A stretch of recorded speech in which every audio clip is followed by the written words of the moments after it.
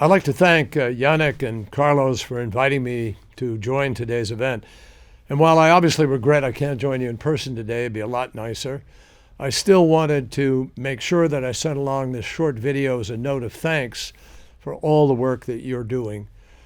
The reason that I took on this job as Special Presidential Envoy for Climate is to help raise global ambition in our efforts to tackle the climate crisis.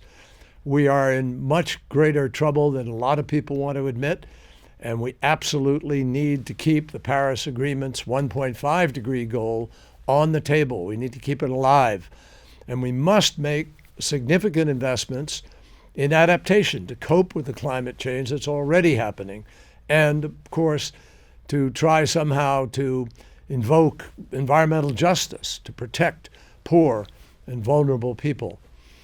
At the same time, the private sector is recognizing that tackling the climate crisis also offers one of the greatest commercial opportunities in history as we retool in order to decarbonize our economies by 2050. However, we cannot do this if the finance isn't there. Concessional finance in particular is critical.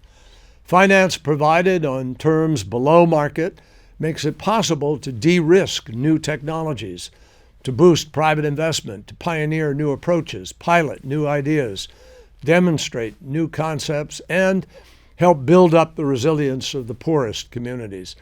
This is obviously where the Green Climate Fund is an indispensable player.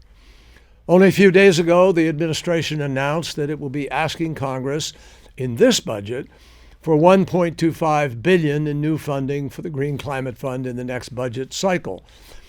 Were it to be funded, this would be the first U.S. contribution to the GCF in over 4 years and the largest single contribution that the U.S. has yet made, and I assure you is just the beginning of what we intend to do.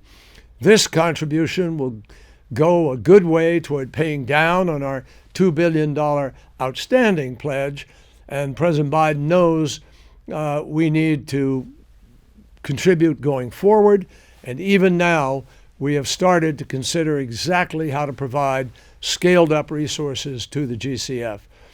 Given the GCF's central role in the global climate finance architecture, President Biden and I wanted to send a clear signal that we value the fund's work and we look forward to investing in its work in the years ahead. Today's conversation is focused on driving transformational investments. We're counting on the GCF to do more than just deliver funds to developing countries. More than that, we need the GCF to also enable countries to build up their own technical capacity, unlock new capital, drive technological change, and shift the world into alignment with the Paris Agreement's goals. The GCF is now delivering on this promise. When we adopted the Paris Agreement, the fund was just approving its first projects. 5 years later, the GCF has a portfolio of 173 projects in every region of the world with a total value of over $30 billion.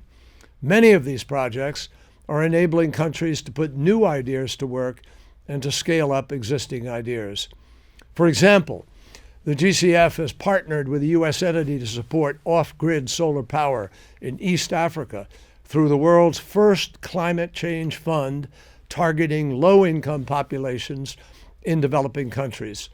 Another example is a financial vehicle undertaken with another U.S. entity, which helps fill the financing gap for mid-size, low-carbon, and climate-resilient infrastructure in countries around the world.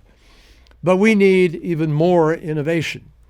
That's especially true in adaptation and resilience portfolio, where the need is greater than ever, and the challenge is particularly acute. Because this isn't just a question of dollars mobilized, it's equally one of empowering poor folks and the vulnerable and those among us who are feeling climate impacts most severely. The GCF still has more work to do in streamlining its governance processes, fostering inclusion, and improving access and efficiency. And the United States wants to be an ally and a partner in those endeavors. We need the GCF functioning at its absolute peak capacity in the years ahead. So thank you for the work you do. Thanks again for your time today and letting me take part in this. Best of luck to everyone.